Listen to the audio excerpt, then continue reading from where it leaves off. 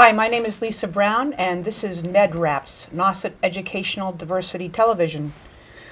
This morning we've got a panel of experts here on the White Privilege Symposium. This is a symposium that the Human Rights Academy, Nauset Human Rights Academy, of which Isabel Pellegrini is the president, and these kids are also members of the Human Rights Academy, and also my honors ERD class. ERD is Exploring and Respecting Differences.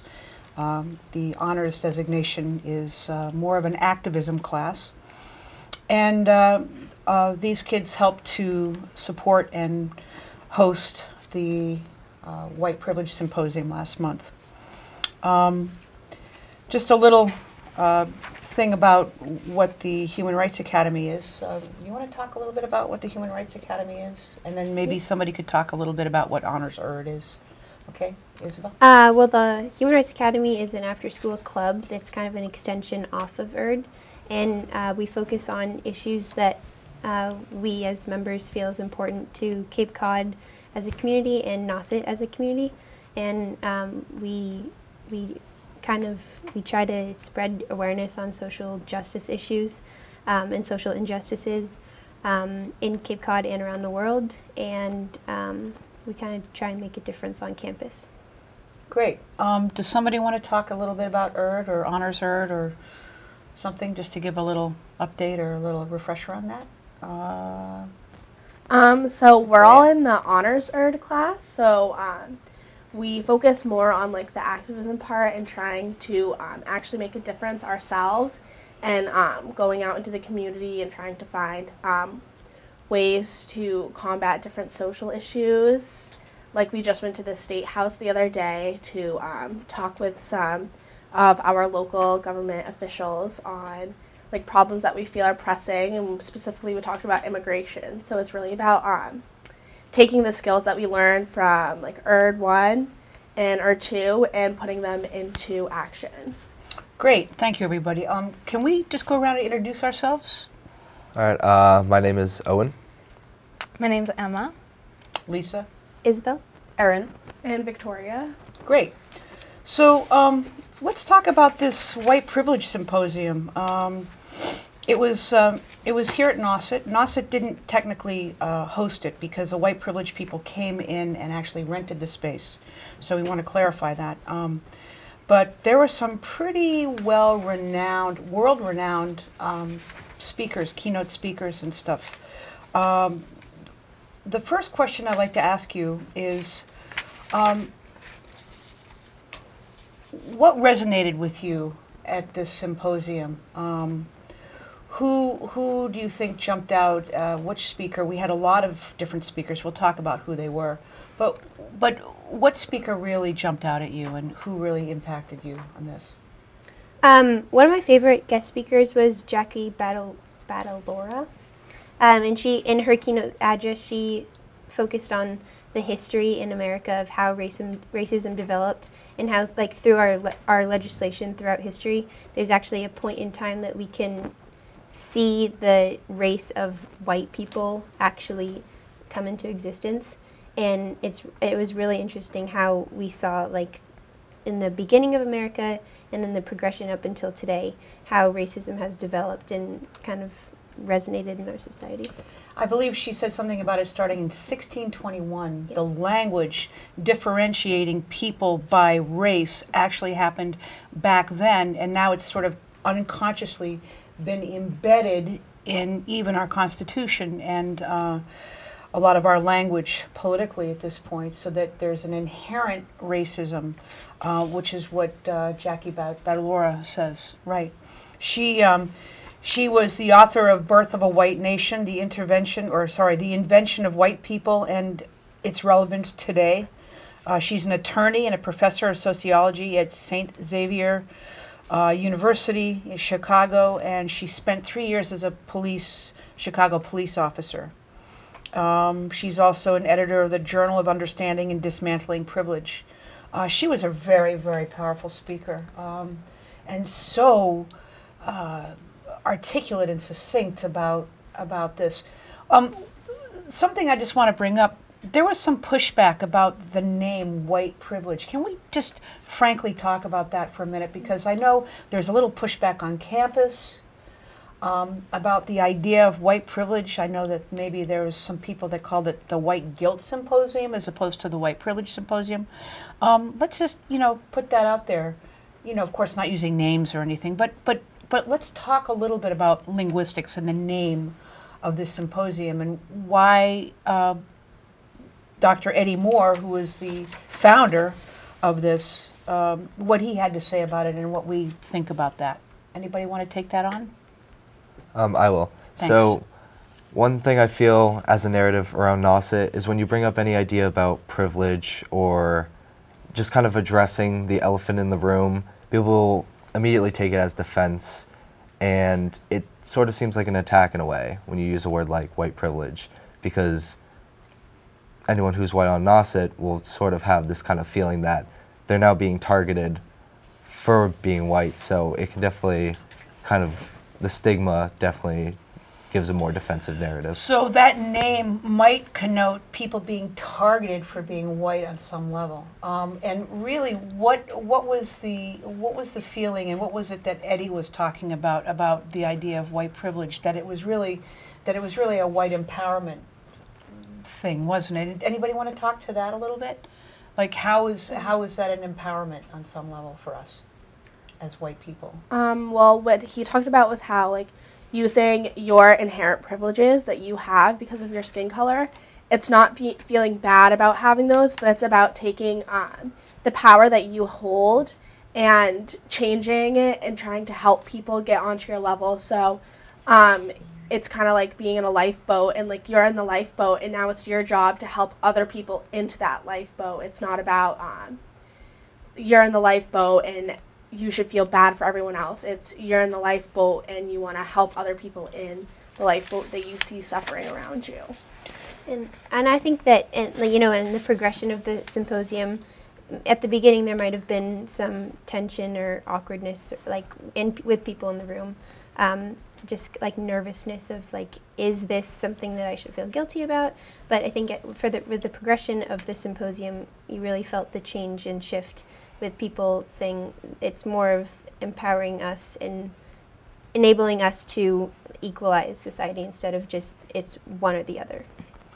So what I was hearing too is that that we as Americans, and particularly white Americans, are extraordinarily fortunate to be able to have such power in the world, and what a force for good we can be, and how remarkable that is, and how empowering that can be.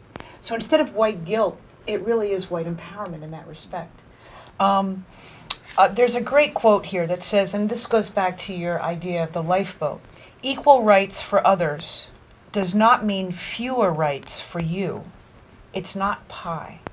So what you're saying in that analogy with the lifeboat, it's not like, oh my gosh, when you think about the Titanic, when there are so many people getting on this lifeboat and the lifeboat is this sort of small little boat and you have to push people off and make choices. It's not a moral dilemma. The lifeboat that you're talking about is the world. It's a huge lifeboat. So we have the opportunity of inviting people to having a better life and having clean water and fresh food and basic human rights. We have the power to do that.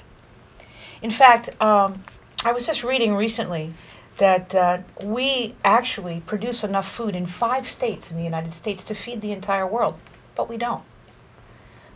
It's an interesting question. I know there's socioeconomics that have to do with that, and money, and there's a lot of issues that really feed into that.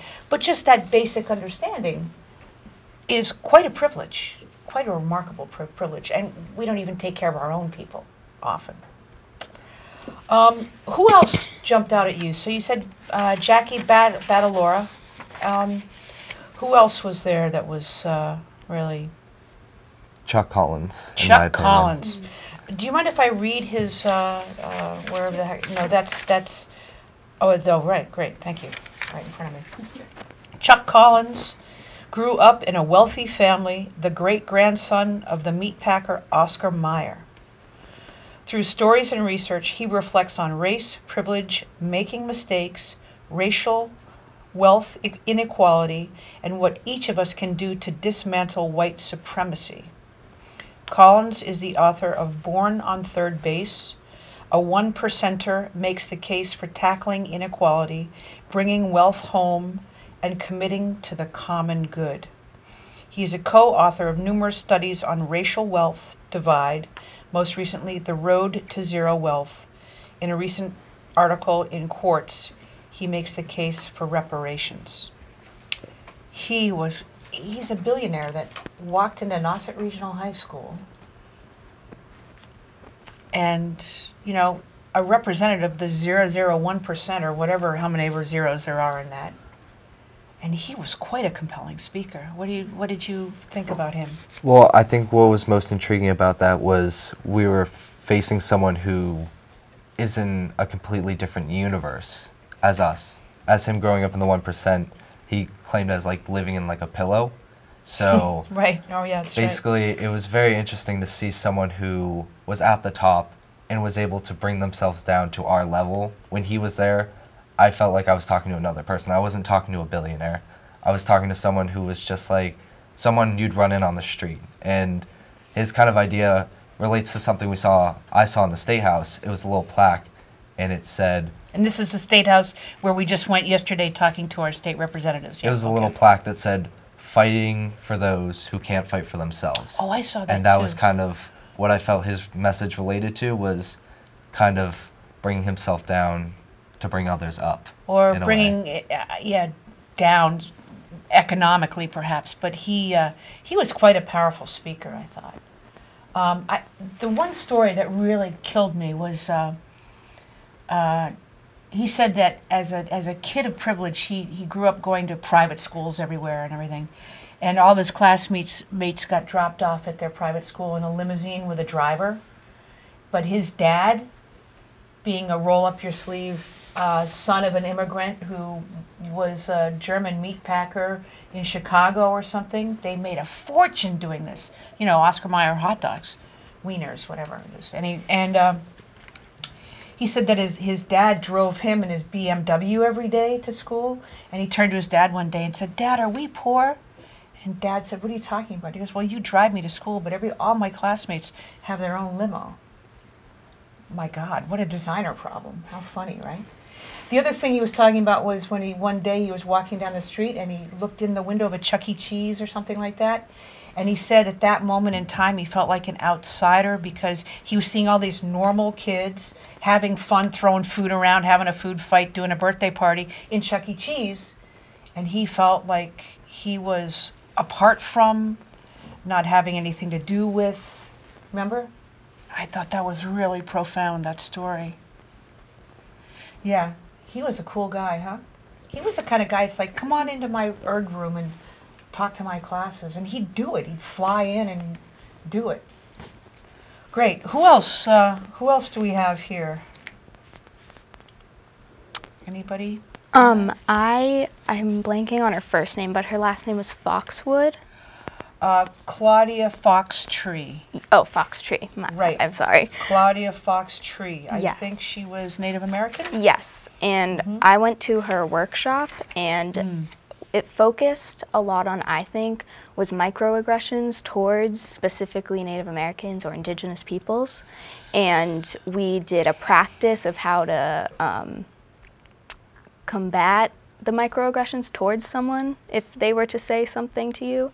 But it was really interesting to see how through media and even sports teams have microaggression. Can we describe a little bit to the audience what a microaggression might potentially be? It's like something small that you don't necessarily realize maybe really insulting to someone, but it actually is. So like when people say like, "Oh, let's go circle the wagon" to like Native American people, that can be really offensive because that Right. The implication of that the implication is pioneer, that and Westward they're Ho, gonna all like that. burn the wagon. Right. And things like that can be microaggressions. Well, you know, Nauset had to deal with that years ago. The Wampanoag actually very respectfully for years asked us, please, can we not have the mascot that we had? And believe me, you know, I'm a graduate of 1976 of Nauset here, And there were people that really pushed back, and they just didn't, they had a really hard time understanding what it was like, why that was so offensive. And, you know, I think we're steeped like tea bags in this privilege that we have, and that we don't necessarily understand it, and then we feel threatened that like it's going to be taken away. But really, again, I just want to emphasize, this is all about empowerment. This is about empowering people to make change. And I think it's a really important one. I know for me, Peggy McIntosh is my hero. She is a senior reach associate at Wellesley Centers for Women at Wellesley College. She's the founder of the SEED Project, an inclusive curriculum, which is seeking educational equity and diversity.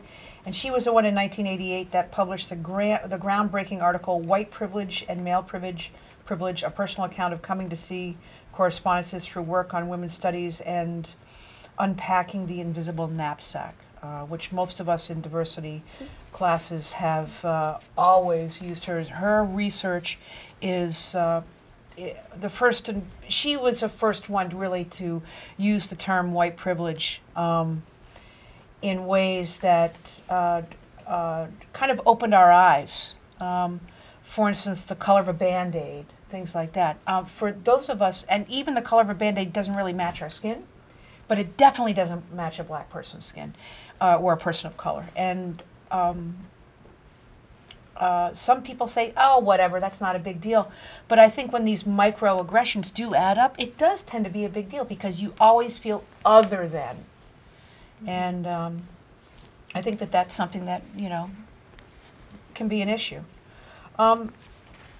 Anything else? So let's just talk a little bit about how the symposium worked. We had keynote speakers come in, and then we had these breakout workshops that were just amazing. We had a few teachers here from Nauset who did a few of the workshops, very appreciative of some of our staff coming into this. I don't think that people recognized in this area just how big a deal this symposium was, just how many famous, really famous people we had here. It was from all over the country. From all over the country they flew in. It was pretty amazing. And I am very proud of what you guys did there. We had a core group of, I don't know, 10 or 12 kids that really just, you know, you make me so proud. I have to say, I'm going to get all teary, but I won't. Is there anything else that we want to talk about the white privilege? Anything to wrap up? Something that really stuck out to me, I'm going to be honest, I don't remember if it was Jackie or Peggy that said it, but she was talking, whoever it was talking in reference to the fact that the cutthroat history of the start of racism is often glossed over in normal public school curriculum. And she gave an analogy that I thought was so interesting was, it's like if you say to your mom after a crazy night out that you had, oh, I went to a party last night and it was really fun, I had a great time. But the things you're not telling her, you were drinking and you were doing drugs and God knows what else. And that's kind of how the public school system goes about sharing racism and history. They tell you, they're not lying to you, but they're leaving out a lot of important details that you should know. So, okay, wow. Okay, so how does that relate to the White Privilege Symposium specifically? Can you speak to that a little bit, or? Well, I mean, I do know that at NASA we do teach Facing History in Ourselves. Right. SWS does that, SWS, School Within a School. Mm-hmm. And we also use Jared Diamond's Guns, Germs, and Steel. I think the history department uses that, and so do I, so do a lot of people. And also People's History of the United States, Howard Zinn, the late, great Howard Zinn from Wellfleet. Anyway, just going to say. So Nauset does a pretty good job of stuff, but we still could do better. absolutely, yeah. Okay, and so what are some of the things that you think we could do better on? Well, a lot of the history that was shared during the symposium I didn't know, and I'm actually taking SWS with Karen Novakon and Diane Keon, who are incredible, and I'm learning things that related to that at the same time, which is wonderful. But I think just having more programs like that that share things, because I feel like it's honestly something that should be known and shared so that we could work towards spreading inclusivity from learning from the past, you know?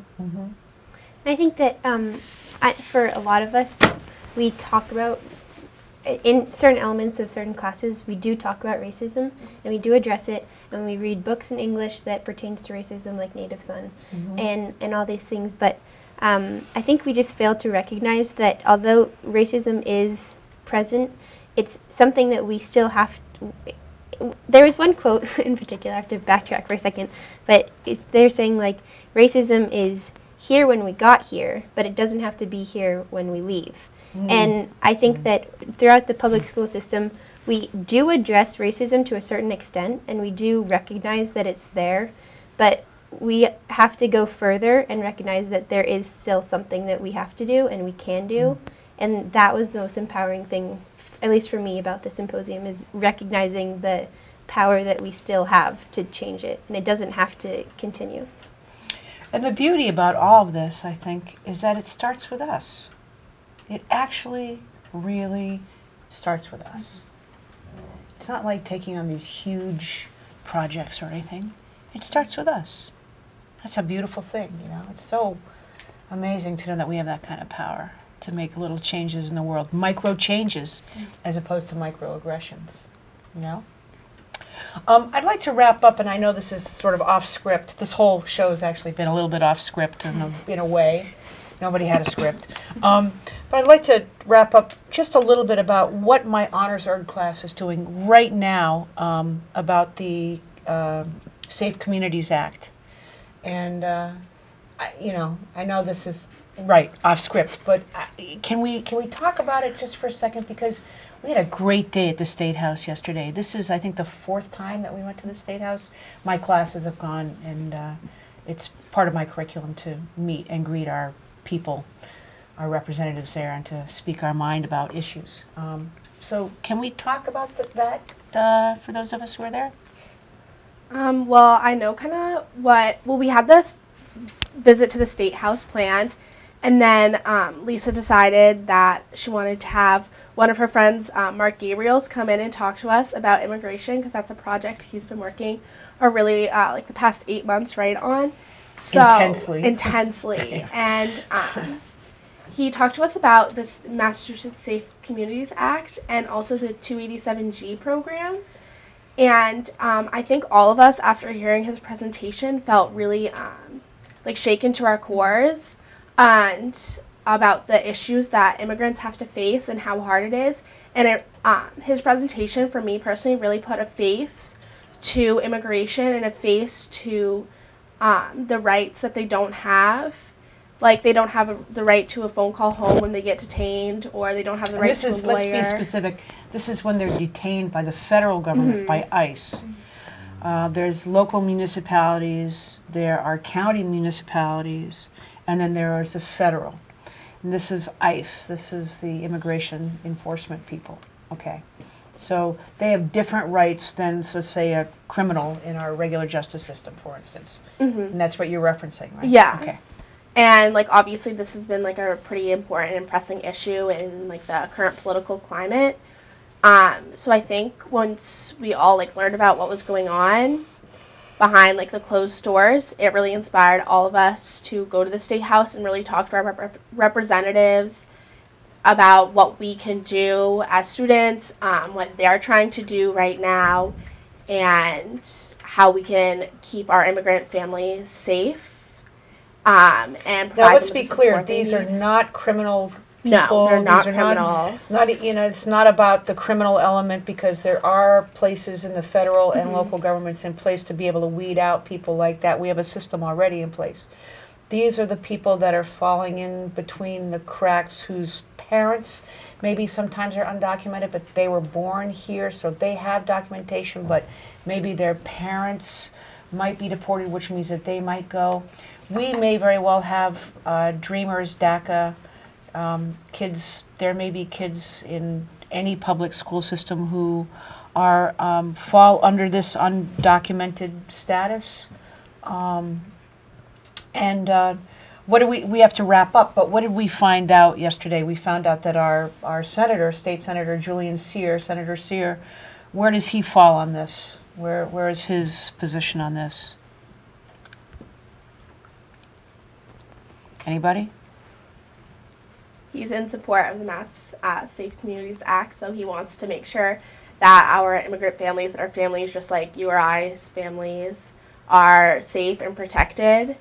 Are entitled the same protections under the law that normal citizens would be entitled, unless they're criminals or have been, done something against the law, right? Yeah.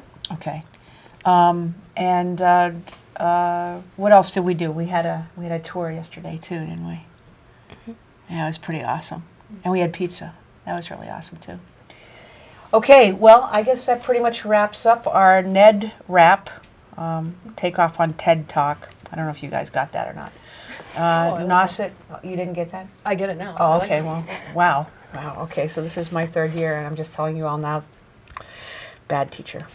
Okay, so this is Lisa Brown and Nauset Educational Diversity Television, and that concludes this very informational thing on the White Privilege Symposium et al.